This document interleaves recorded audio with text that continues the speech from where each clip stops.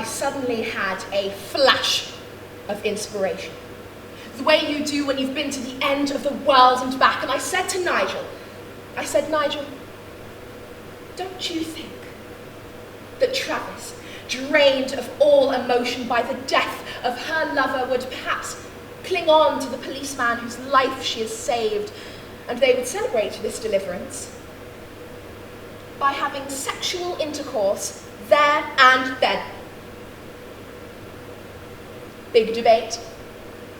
Gunther really liked it, only the actor playing the policeman wasn't too keen. Think he might have been gay. He had a moustache. Eventually, Nigel came over and said that favourite was for the policeman to look as though he were considering having sexual intercourse, and for him to run his hand speculatively over Travis's private parts.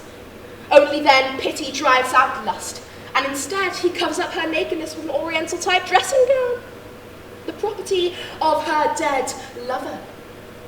Though even at this late stage you can tell he's not ruled out the possibility, because as he's fastening the dressing gown, his fingers linger over Travis's nipples. Afterwards, Gunther explained that if there had been any proper funny business at this point, that it would have detracted from the final scene, where after all the excitement, the undercover policeman goes home to his regular girlfriend who cooks him a hot snack and who's a librarian, and the final scene is of them making love. The message being that sexual intercourse is better with someone you're in love with, even though they're a bit homely and work at the county library, than with someone like Travis, who's just after a good time. As Gunther said to me that night, it's a very moral film. Only the tragedy is people won't see it. I said, that's interesting, because I saw it that way right from the start. When we were in bed, I said, if only we could have done this before. He says, Leslie, I make it a rule never to lay a finger on an actress until the whole thing is in the can. I said, Gunther, there's no need to explain. We're both professionals.